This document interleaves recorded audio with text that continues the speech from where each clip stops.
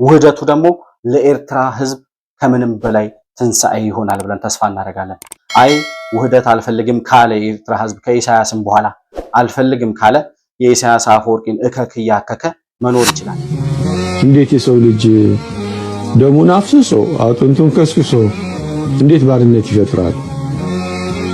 በጣም ከባድ ጥያቄ። ወደብ መጠየቅ አለ የሰነፍ የመናጢ የፈሪና የስስታም ባህሪ ነው እንዳለው አራቱንም ሰነፍም መናጢም ፈሪም ስስታምም ኢሳያስ ከከፍተኛ የመንግስት ባለስልጣን ጭምር እንዳረጋገጠ ፍቃደኛው እንደተኮነም ይሄም የኤርትራ መንግስት በደስታ የሚቀበለው ጉዳይ እንደሆነ ነው እንደውም ያረጋገጠ። ጋር ተጣልተው ኤርትራ ሂደን እንደበቃለን የሚሉ ሰዎች ከመሬት ጋር ተጣልታ ማምለጫ እንደምትፈልገው ጥንቸል የሚወከሉ ወይም በዛ ደረጃ የሚጠቀሱ ሰዎች ናቸው። እንኳን አሰብ ቀጥተው እነሱም ህጋዊ በሆነ መንገድ አይደለም የሄዱት። ስለዚህ የሚያስቡ ከሆነ አሰብን ስለዚህ የአሰብን ወደብ ብቻ ሳይሆን ኤርትራንም ልንጠይቅ እንደምንችል ኢሳያስ አፈወርቂ አሳምሮ ኤርትራኖች በረሃ ወጥተው ደማቸውንና አጥንታቸውን ከስክሰው ያፈሩት ነገር አንድ ነገር ብቻ ነው። ያፈሩት ነገር ባርነት። ካልሆነ ግን 2 ወሩ እስከሚያልቅ ድረስ ዝም ብላችሁ ተቀምጣችሁ 2 ወሩ ሲያልቅ የአሜሪካ መንግስት ራሱ ዲፖርት ያደርጋል። እንኳን ለአማራ ነው እንደውም የተባለው እንኳን ለአማራ ለዛ ለደጉ ህዝብ ቀርቶ ለስንቱ ሆነን የለ እንዴ መካድ የሀገርን ህልውና አሳልፎ መስጠት በሀገር ጥቅም ላይ ቁማር መቆመር መጨረሻው መድረሻ አልባ እንደሚያደርግ ከነዚህ ሰዎች መስማት ይቻላል።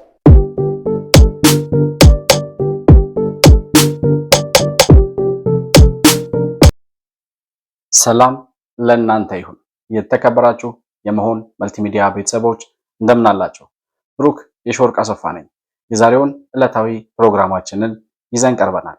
በዛሬ ፕሮግራማችን በኢትዮጵያ የወደብ ጥያቄ ዙሪያና በሶማሌላንድ የሀገርነት እውቅና ጉዳይ ጋር ተያይዞ የሻዕቢያው አሸባሪ ኢሳያስ አፈወርቂ ከሰሞኑ ሰጠው የተባለውን ኢንተርቪው አያይዘን የምንቀኝበት ፕሮግራም ይዘን መተናል።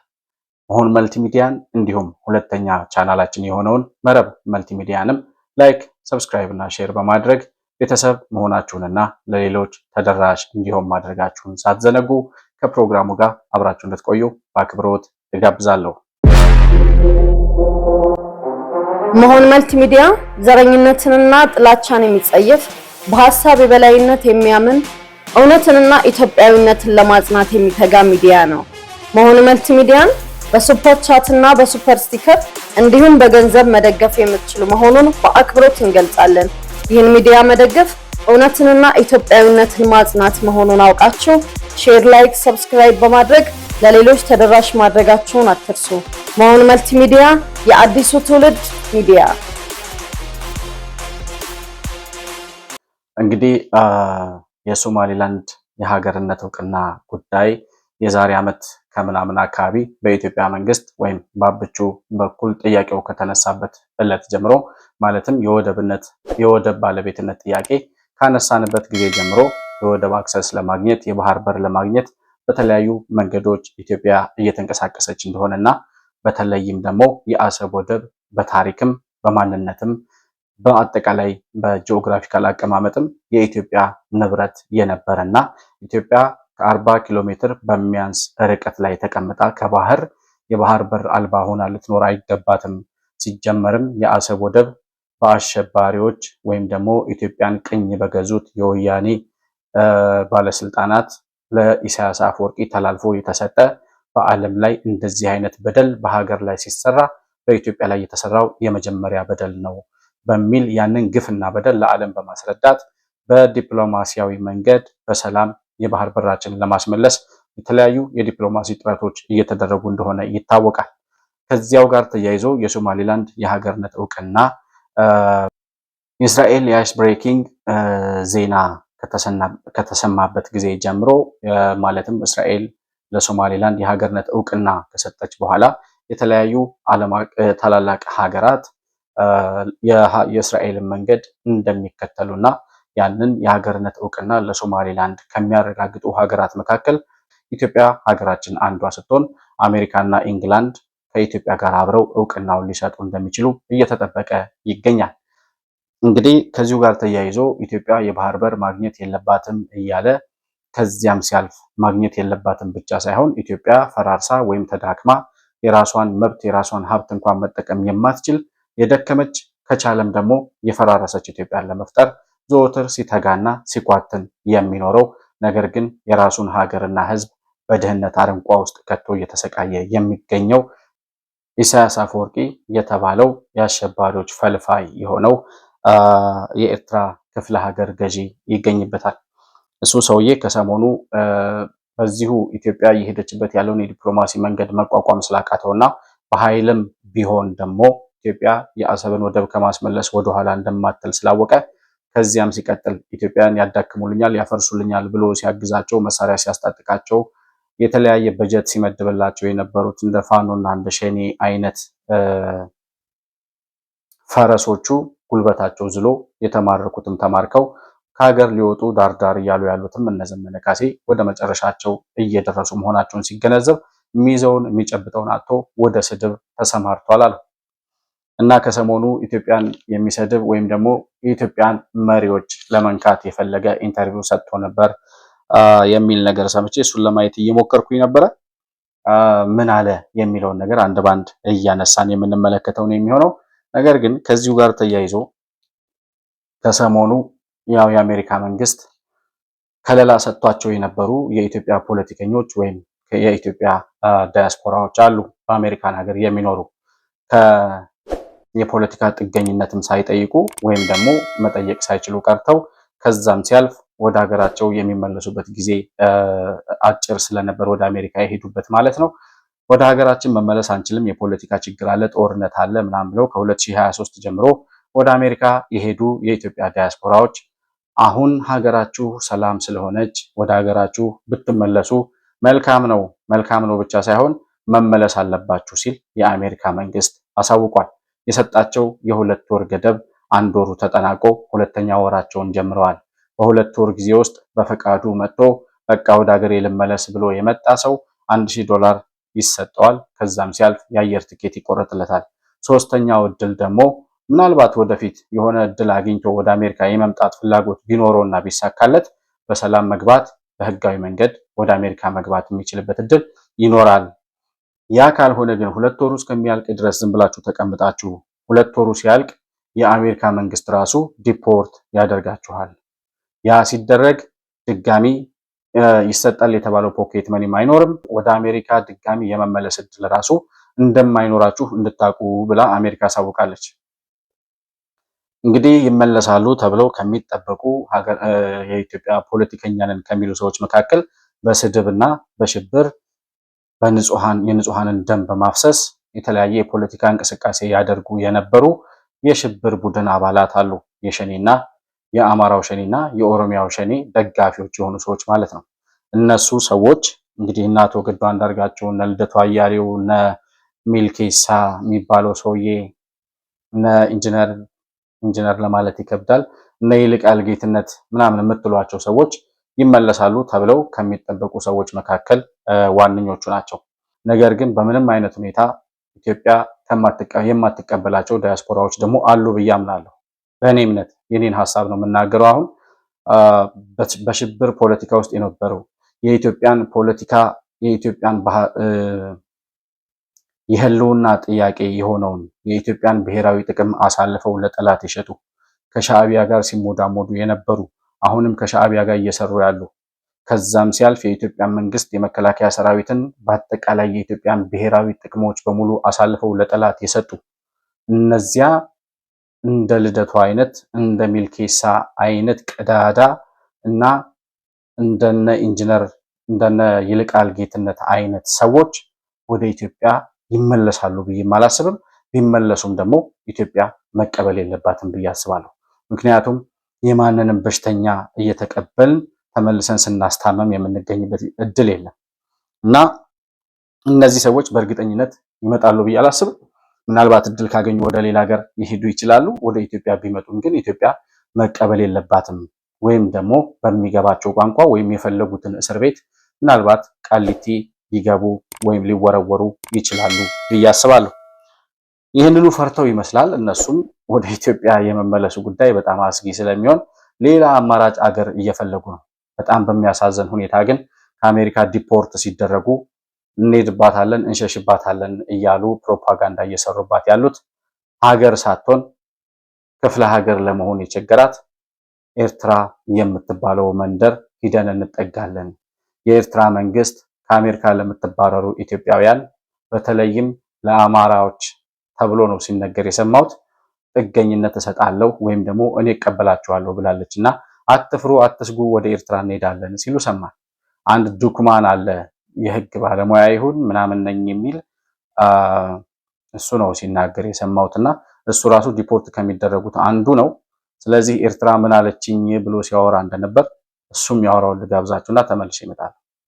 የኤርትራ ሚዲያዎች በዚህ በአማራ በተለይ አማራ ተወላጅ ሆነው የቴምፖራሪ ፕሮቴክሽን ስታተስ ላይ ያሉ ወደ ሀገር ቤት የመመለስ ችግር የሚገጥማቸው ልሂቃን ካሉ የኤርትራ መንግስት ፈቃደኛ እንደሆነ የአማራ ተወላጆች በተለይ በዚህ አይነት ስታተስ ላይ ያሉ በተለያየ ሀገር ላይ የሚገኙ ለህይወታቸው አደጋ ላይ የወደቁ መምጣት ኤኒታይም መምጣት እንደሚችሉ የተናገረበት የገለጸበት ነው። እሱን ለማረጋገጥ ደውዬ ነበር ሶሎ ሚዲያ ላይ እንደዚህ አይነት ነገር ያጋጠማቸው ወገኖቻችን ቢኖሩ ዋስትና ለአማራው የሚሰጥበት ሁኔታ አለው የሚል ነገር ሳነሳላቸው ከከፍተኛ የመንግስት ባለስልጣን ጭምር እንዳረጋገጠ ፈቃደኛው እንደተሆነም ይሄም የኤርትራ መንግስት በደስታ የሚቀበለው ጉዳይ እንደሆነ ነው እንደውም ያረጋገጠልኝ።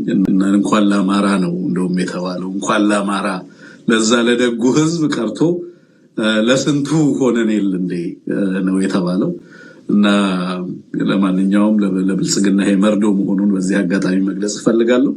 በጣም የሚያሳዝነው ነገር የሰው ልጅ ኢትዮጵያን የምታክል ታላቅ ሀገር ጥሎ ሂዶ በኢትዮጵያ ብሔራዊ ጥቅም ላይ ሲሸርብና ሴራ ሲጎነጉን ከርሞ ከዚያ በኋላ ወደ ሀገርህ ተመለስ ሲባል አገር አልባ ሆኖ በገዛ እጁ ኢትዮጵያን የምታክል ሀገር ጥሎ ኤርትራ የምትባል ለራሷ መቆም ያቃታት የራሷን ዜጎች ማኖር ያቃታት የራሷ ዜጎች ቀዳዳ ባገኙ ቁጥር እየወጡ እየፈለሱ ወጣቱ ሁሉ ከሀገር ጥሎ የሚወጣበት ቀዳዳ እየፈለገ ያለባት ሀገር እነሱ እዛ ሄደን ጥገኝነት እንጠይቃለን ይላሉ። ከዚህ በላይ ሞት ከዚህ በላይ በቁም መሞት የለም። በጣም የሚያሳዝነው ነገር ኤርትራ የምትባለው ሀገር ምንድነች የሚለውን ነገር አንድ መጽሐፍ የጻፉ ሰው አሉ። ኤርትራዊ ናቸው ሰውየው፣ ስማቸውን ዘነጋሁት፣ ግን የሚመልሱት መልስ አለ። እሱን ልጋብዛችሁና ተመልሼ እመጣለሁ። ደም የተከፈለበት ባርነት የሚል አርዕስት ከባድ ነው፣ በጣም ከባድ ነው። ብዙ ሰው እንደሚደነግጥም አውቃለሁ። እንዴት የሰው ልጅ ደሙን አፍስሶ አጥንቱን ከስክሶ እንዴት ባርነት ይፈጥራል? በጣም ከባድ ጥያቄ ነው የሚነሳው በዚህ አርዕስት ላይ። ግን የኤርትራ ቤት ሪያሊቲ እሱ ነው። ኤርትራኖች በረሃ ወጥተው ደማቸውንና አጥንታቸውን ከስክሰው ያፈሩት ነገር አንድ ነገር ብቻ ነው። ያፈሩት ነገር ባርነት ነው እና በጣም የሚያሳፍር ነገር ነው የተሰራው። የግል ገንዘቡን እንኳን ልክ እንደ ሬድ ክሮስ ተለክቶ ነው የሚሰጠው። የራሱን ገንዘብ ከዚህ በላይ ማውጣት አትችልም ብሎ የሚከለከል ህዝብ ነው እና ምንም አይነት ሰብአዊ መብትም የሌለው በጣም ተረግጦ የሚኖር ህዝብ ነው። በፈሰሰው ነው ደምና በተከሰከሰው አጥንት የተፈጠረው ለውጥ ማለት።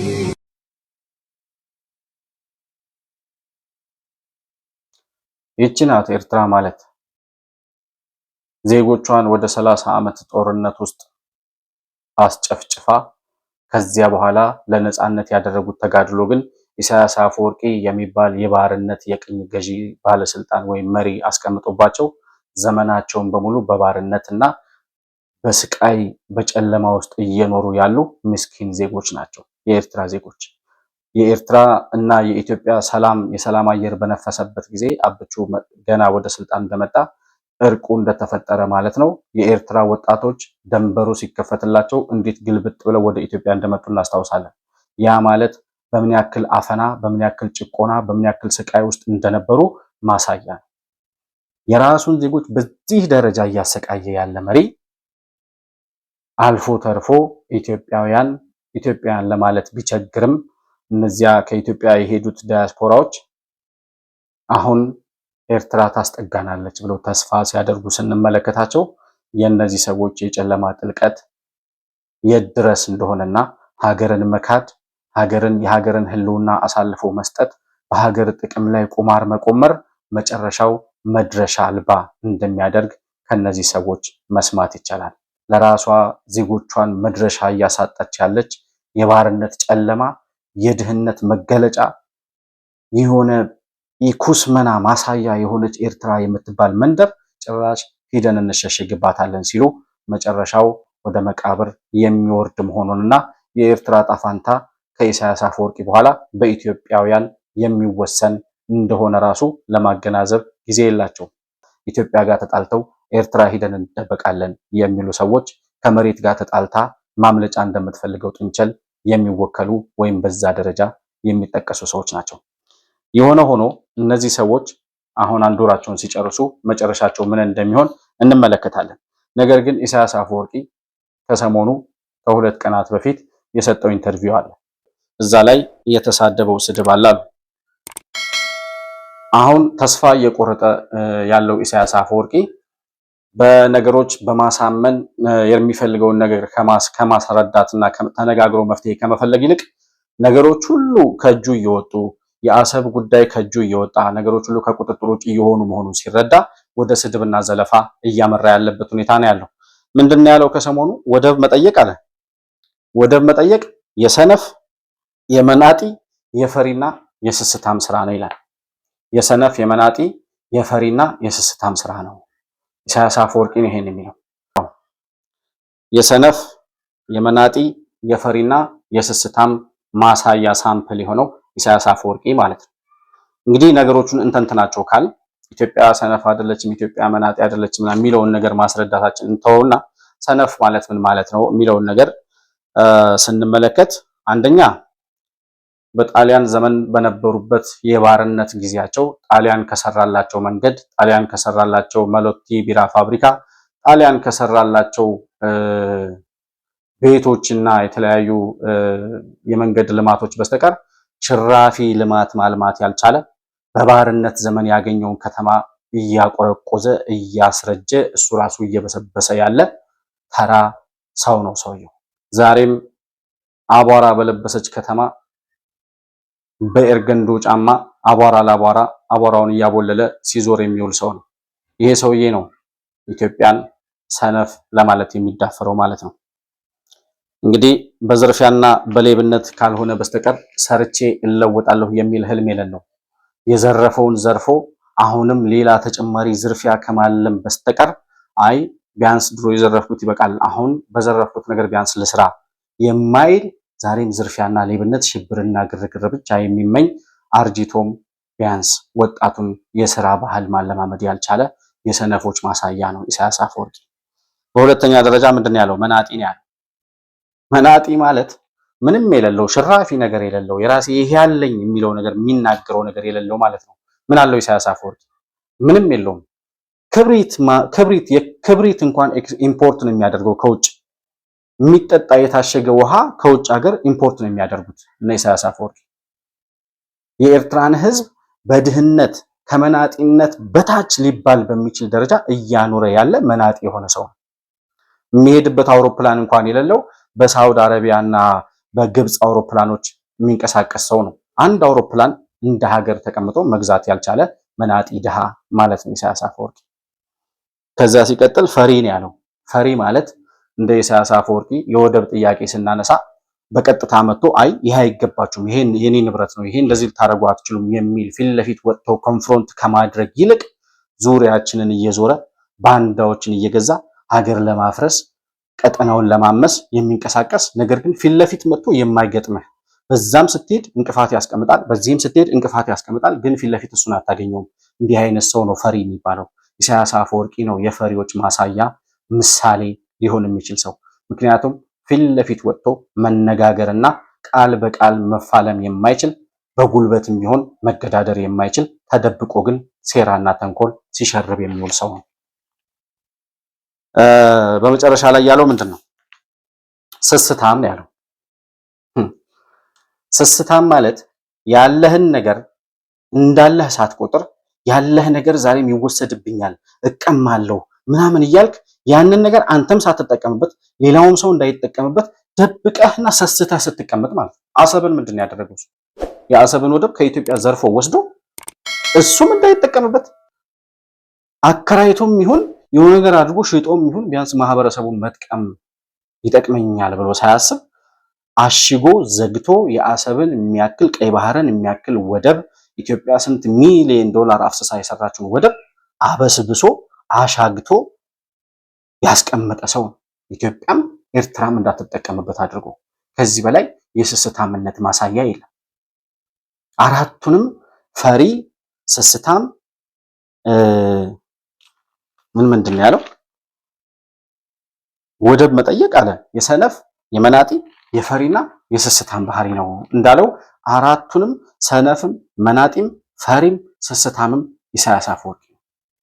ስለዚህ ከዚህ ሰውዬ ጋር በምክንያታዊነት ተነጋግሮ በምክንያታዊነት ተደራርቶ መግባባት እንደማይቻል ከገባንና ከተረዳን ቆይተናል። ስለዚህ ያለን አማራጭ ኢሳያስ አፈወርቂን ከቦታው ላይ ማንሳት አማራጭ የሌለው መፍትሄ መሆኑን እኛ ብቻ ሳንሆን ዓለም የተረዳበት ጊዜ ላይ እንገኛለን። ስለዚህ የአሰብን ወደብ ብቻ ሳይሆን ኤርትራንም ልንጠይቅ እንደምንችል ኢሳያስ አፈወርቂ አሳምሮ ያውቃል። የኢትዮጵያ ማካሄድ እሱ እንደሆነ ያውቃል። ይህን ካላመናችሁ አምባሳደር ጀነራል ባጫ ደበሌ በቅርቡ የተናገሩትን ልጋብዛችሁና ተመልሼ እመጣለሁ። እንኳን አሰብ ቀጥተው እነሱም ህጋዊ በሆነ መንገድ አይደለም የሄዱት። ስለዚህ የሚያስቡ ከሆነ አሰብን በጋራ ጥቅም ለጋራ ጥቅም ማዋል ነው። ለጋራ ጥቅም ካልዋልክ ደግሞ እሱ አይቀርም። ስለዚህ አሰብን አስቀራለሁ ብለት ይጠፋል። ምክንያቱም በውጊያ እንሄድም ሰላማዊ በሆነ መንገድ እንሄዳለን። ከዚህ የተነሳ አሁን ጉዳዩ ኢትዮጵያን በማመስ ኤርትራ በሰላም ትኖራለች የሚል ፖሊሲ ነው ያላቸው። ይሄ የሞኞች ፖሊሲ። አንተ የሰው ቤት እየበጠበጥክ አንተ በሰላም አትኖርም። ሰውን ሰላም አሳጥተህ አንተ ሰላም ልትኖር አትችልም። ስለዚህ መስታወት ቤት ውስጥ ቆመ ሌላ ሰው ላይ ድንጋይ መወርወር ምን ሊያመጣ እንደሚችል ይታወቃልና ሰው የኢትዮጵያ የባህር በር ማግኘት ጉዳይ ምንም ጥርጥር የለውም። እሱ ሊሆን የሚችለው ነገር ይሄ ነው። አሰብና ምጽዋን ብቻ ሳይሆን ኤርትራም የሄደችበት ምክንያት ህጋዊ አይደለም። የኤርትራ ህዝብ ሪፈረንደም ወስኖ ከኢትዮጵያ ገነጥላለሁ ብሎ አይደለም የሄደው። በህገወጥ በሆነ አካሄድ ህዝቡ ያለ ፍቃዱ ተገንጥሎ እንዲሄድ የተገደደ ህዝብ ነው። ስለዚህ አሰብን ብቻ ሳይሆን ኤርትራን እንጠቀልላለን። ያን በማድረግ የኢትዮጵያና የኤርትራን ውህደት እናረጋግጣለን። ውህደቱ ደግሞ ለኤርትራ ህዝብ ከምንም በላይ ትንሣኤ ይሆናል ብለን ተስፋ እናደርጋለን። አይ ውህደት አልፈልግም ካለ የኤርትራ ህዝብ ከኢሳያስም በኋላ አልፈልግም ካለ የኢሳያስ አፈወርቂን እከክ እያከከ መኖር ይችላል። ለዛሬ የነበረኝ ፕሮግራም ይህንን ይመስላል። በሌሎች የጂኦፖለቲክስ ጉዳዮች ላይ የሚኖሩ አዳዲስ መረጃዎችን ይዤ ወደ እናንተ የመመለስ ይሆናል። መሆን መልቲሚዲያን ላይክ፣ ሰብስክራይብ እና ሼር እያደረጋችሁ ሁለተኛ ቻናላችን የሆነውንም መረብ መልቲሚዲያንም እንዲሁ በማድረግ ተደራሽነቱን በማስፋትና ቤተሰብ በመሆን እንድትተባበሩ ለማስታወስ እወዳለሁ። ከፕሮግራሙ ጋር አብራችሁ ስለነበራችሁ እጅግ በጣም አድርጌ አመሰግናለሁ። በሌላ ፕሮግራም እስከምንገናኝ ድረስ ሰላም በያላችሁበት ለእናንተ ይሁን። መሆን መልቲሚዲያ ዘረኝነትንና ጥላቻን የሚጸየፍ በሐሳብ የበላይነት የሚያምን እውነትንና ኢትዮጵያዊነትን ለማጽናት የሚተጋ ሚዲያ ነው። መሆን መልቲሚዲያን በሱፐር ቻት እና በሱፐር ስቲከር እንዲሁም በገንዘብ መደገፍ የምትችሉ መሆኑን በአክብሮት እንገልጻለን። ይህን ሚዲያ መደገፍ እውነትንና ኢትዮጵያዊነትን ማጽናት መሆኑን አውቃችሁ ሼር፣ ላይክ፣ ሰብስክራይብ በማድረግ ለሌሎች ተደራሽ ማድረጋችሁን አትርሱ። መሆን መልቲሚዲያ የአዲሱ ትውልድ ሚዲያ